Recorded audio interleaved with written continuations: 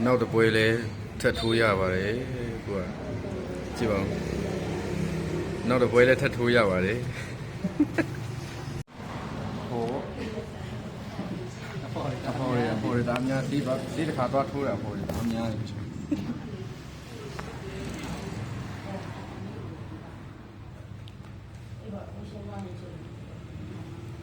အန်ဒီထပ်ထိုးရတော့မယ်နောက်တစ်ပွဲလဲထိုးရတာပဲအဖော်လေဆွေးထိုးဖို့တော့ဒါကြောက်ဟုတ်တယ်အဖော်ဘာမှထိုးရရတယ်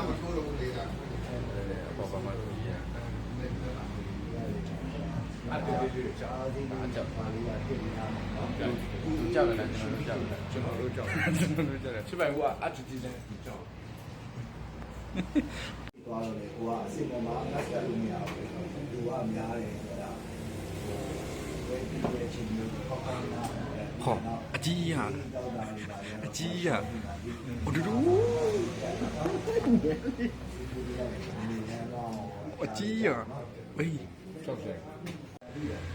ထိုးတော့မယ်ဆေးထိုးဆိုမကြည့်ရဘူးဒါကမှထိုးနေတာဒီများထိုးတာတော့အေးနောက်တော့ချောင်းဖြစ်ပါတယ်နောက်တော့ချောင်းဒီတချောင်းတော့ဒီချောင်းကတင်ပါမှာထိုးမလားဖင်မှာထိုးမလားဖြစ်နေမှာတင်ပါပါတော့ကြောက်စရာကြောက်စရာကြီးတွေယူအရင်ကြောက်တယ်ထိုးပြီဘာလာကြီးတို့အောင်မှာရှားတယ်။ညလောက်ရတာလေ